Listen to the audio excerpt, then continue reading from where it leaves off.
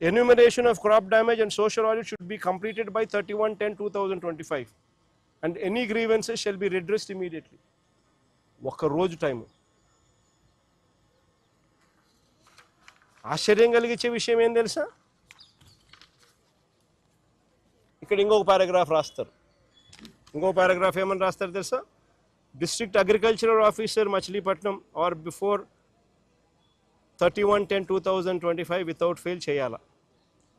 The concern mandal agriculture officer sending list after the above deadline will invite action. అంటే ఆ తర్వాత ఎవరైనా application పెట్టేదానికి కూడా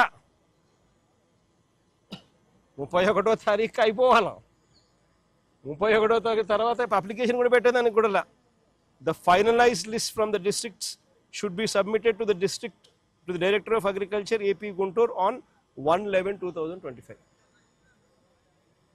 అంటే ఎంత నిర్దాక్షిణ్యంగా వీళ్ళు ఎవడు కూడా వీళ్ళ టైం ఇచ్చింది ఒక రోజు.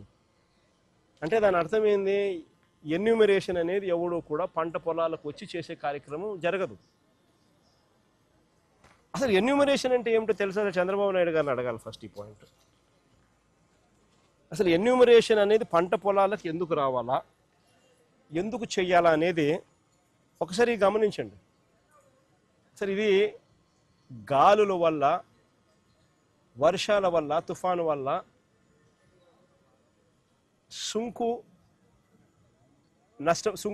సుంకు విరిగిపోయిన ధాన్యం ఎన్యూమరేషన్ చేసేటప్పుడు ఏ అధికారి అయినా కూడా ఫస్ట్ పొలంలో అడుగు పెట్టాలి, పెట్టి చూడాలి సుంకు విరిగిపోయిందా, సుంకు విరిగిపోలేదా, ఎన్యూమరేషన్ ప్రక్రియలో భాగంగా రాయాల.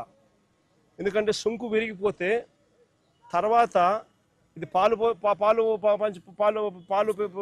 పోసుకునే పరిస్థితి ఉండదు, తర్వాత జర్మినేషన్ ప్రాసెస్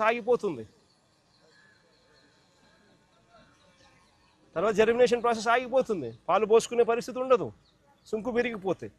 సో సుంకు విరిగిపోయిందా లేదా అని చూడాలి, పొలంలోకి వచ్చి దిగి చూడాలి ఎన్యూమరేషన్ చేసేవాడు.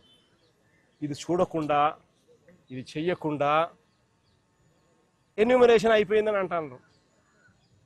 ఇలాంటి వాళ్ళు ఎవరైనా ఇలాంటి వాళ్ళు ఎవరైనా కూడా ఎన్యూమరేషన్ మాది జరగలేదు, మా దగ్గరికి ఎవడు రాలేదు అని అంటే వెటకారం చేసి మాట్లాడుతున్నారు వాళ్ళను.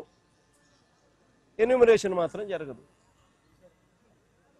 ఇంత దారుణంగా పంట జరుగుతుంది. పైగా ఇంకోటి ఏమంటున్నారో తెలుసా, ప్రతి రైతుకు ఈ మాదిరిగా అగ్రికల్చర్ ఆఫీసర్లు డైరెక్ట్గా ఈ మాదిరిగా మెసేజ్లు పంపించడము, ఈ మాదిరిగా ఆర్బీకేల దగ్గర నుంచి అగ్రికల్చర్ ఆఫీసర్తో రైతులకు చెప్పిస్తూ ఉన్నారు. ఏమని,